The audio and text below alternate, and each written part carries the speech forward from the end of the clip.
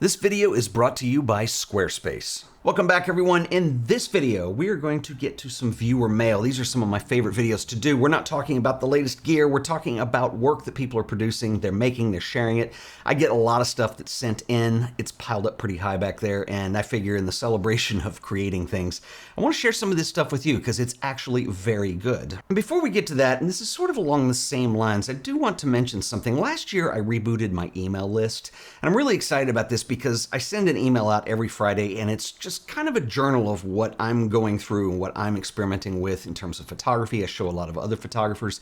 If you think this is up your alley, I invite you to check it out. You can always unsubscribe. I promise I won't spam you. Anyway, I will put a link to that in the description below, but without further ado, let's get to some of your mail. Okay, so first up, this is the kind of stuff that I absolutely love. This is a little tiny zine, and this comes to us from a gentleman in the Bronx. This is from Fuat Baran, and he includes a letter which reads, "Dear Ted, I have been watching your YouTube channel for a while now, and I have been amazed by the quality of your viewer mail. You've showcased a lot of wonderful books and zines over the years.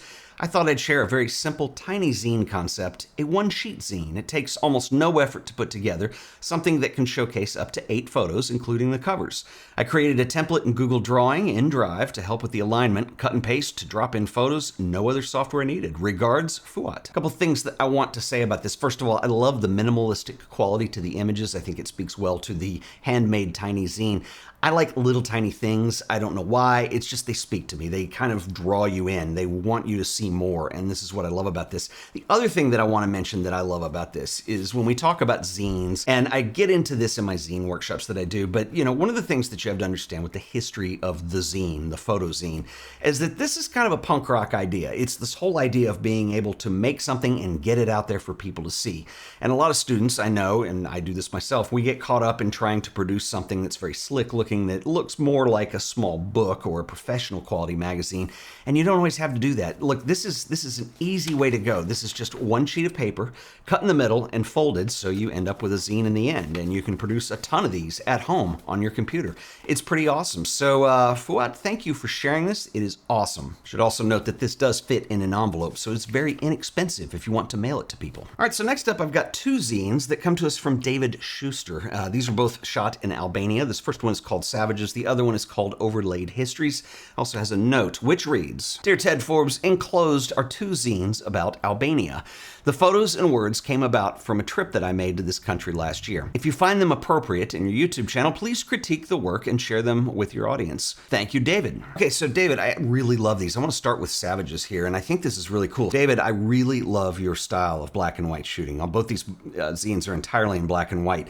What I love is that David deals with subject matter that is both humanist in nature, think photojournalism of sorts, and then I think also you see architecture and landscapes in ways too, and I love that nothing feels overly formal. You have a really loose, candid style to your work, and I think it's really well done. I also love the fact that you've put these into 2 different subjects. So Savages deals with one thing, and then Overland Histories deals with a lot of different things that kind of come together. So we see a lot more people in here, but David is juxtaposing cultures. So for instance, old Albania, a lot of religious stuff with more of a modern context of what life is like today. And one thing that I love about David's work in here is his use of shooting candids of people. They don't feel forced, they don't feel tried, I don't feel like he's trying to hide or he's insecure with his camera. It's really well done. So David, I really appreciate you sharing these. The only criticism that I would have on either one of these is I just want to see more. I think this is a really mature way of going to a place and being able to document in a way that doesn't feel like it's just documentation. There's an artistic quality to these, and I think it's really well executed. So I'm going to put a link to David's work as well as everybody else that I'm showing here in the show description, so be sure to support your colleagues, and a lot of these guys are selling their books, and they make great gifts, and they're really fun to collect. So David, awesome work. Thank you for sharing. All right, I've got a couple more things that I want to share that are really cool, and I'm going to have to fess up. This one was sent in 2021. It just kind of hit the bottom of the pile, and I didn't see it, and I really apologize for that. We're going to get into this in a second. I feel guilty about it because it's really well done. So I want to get into these, but real quick, I want to give a shout out to our sponsor today, who are the always awesome folks over at Squarespace. How easy is it to build an amazing website in a matter of minutes? Squarespace has you covered. It's dead simple. Head over to Squarespace, hit get started. You can start by selecting from an impressive collection of customizable templates, or you can do what I do, build your own. Something unique because, you're not like other websites. Give your site a name. Next, you can build your homepage. We'll start with a few preset layouts just to get us going. Want to sell products like books or prints? Well, you can feature those on your homepage. Create a few more sections if you want. Let's also give it a color palette. There's a whole bunch to choose from, and just get us started. We can change this all later. Next, let's select the typography choices. Welcome to your website. Everything is set up and it's all ready for you to customize. Squarespace is built on Fluid Engine, the next generation of website design. Select Edit, and Fluid Engine allows you to drag, place, and resize any element on the page. You can snap these to a grid, you can make them float on top of one another, you can freeform however you like. You can even preview and adjust how the site looks on either desktop or mobile. The layouts are independent. Of course, you'll want a portfolio for your work. Creating an image gallery is as easy as dropping a folder of images on your web browser. Once uploaded, you can drag to resort, customize the look, and Squarespace writes all of the code for you. Everything just works and it looks fabulous. Want to sell your own prints, books, or zines? Squarespace has the capabilities to not only set up your online store and collect payments, but they also give you all the tools that you're going to need to be successful. Managing shipping and payment options, manage your orders, and engage with your customers. They even give you the tax tools that you need to keep things organized and stay compliant. You should try Squarespace for yourself. It's absolutely free, no credit card required. Just go to squarespace.com/AOP, sign up for that free trial. If you decide Squarespace is right for you, I can save you an additional 10% on your order by using offer code AOP on checkout. That's right, the code is AOP. So stop procrastinating, go build your website today. And I want to give a special shout out and thanks to Squarespace for sponsoring this video. All right, so guilt time. So this is an absolutely beautiful piece that was put together and sent in by Celiza. This letter, by the way, is dated April 16th, 2021. This is 2024 now, and we're almost to April, so I really apologize, Ron, and I feel bad because this is really well done. The cover on this is absolutely great. The photos are neat too. So I'm gonna read a little Ron's note here, and we'll get into Hidden in Plain Sight. Hey Ted, I am sending you a copy of my just released photo book entitled Hidden in Plain Sight. These photographs were taken during the early part of the pandemic lockdown in 2020. During this time, I worked from home and drove into our little city's downtown each morning for coffee. Afterwards, I would walk the empty sidewalks with my camera, photographing the bits and pieces of storefronts which caught my attention. I'm a subscriber to your YouTube channel, regularly watch your videos. I know how much you enjoy photo books as I do, and I wanted to send you a copy along. I hope you like it. Sincerely, Ron. So Ron, I do love this, and I think it's really well done. I love your idea for the cover. I think the idea and the concept for the book, Hidden in Plain Sight, I mean, you guys can tell from the photographs, is really interesting too, because you introduce layers of abstraction onto things, or introducing layers of photographs that do become abstract in a way, and there's always kind of something that's hidden there, and that's something I really like about your work.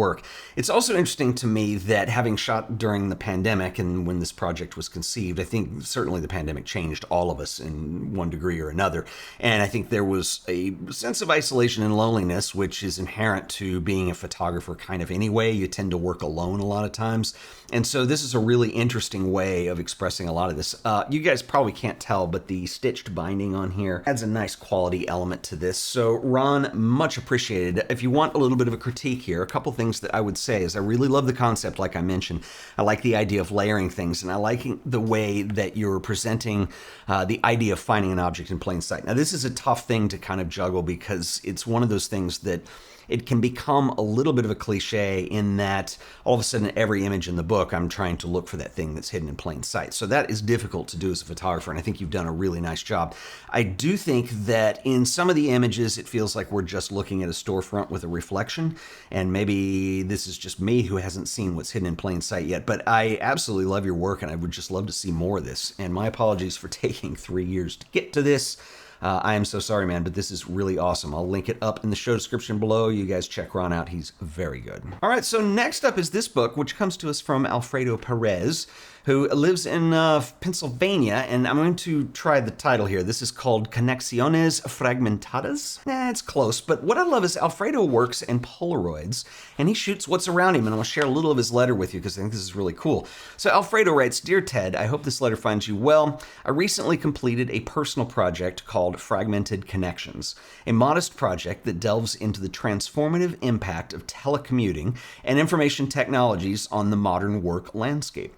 As an engineer, my profession, with a profound love for photography and the arts, this project allowed me to explore the intricate balance between work and personal fulfillment in the digital age. It reflects on the broader themes of human emotion, aspirations, and the evolving nature of work." Okay, Alfredo, I actually really love this. I love the juxtapositions of the subject, which tends to be very work-oriented.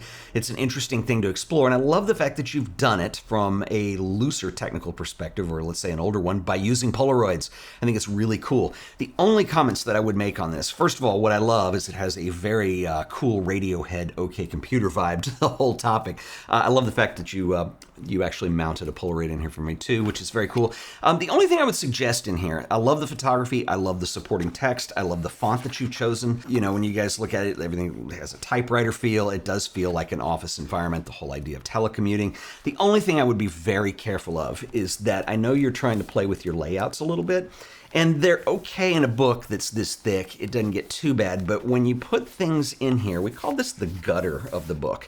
And the gutter is a physical limitation of any book because the book wants to fold out and bend towards the gutter like that.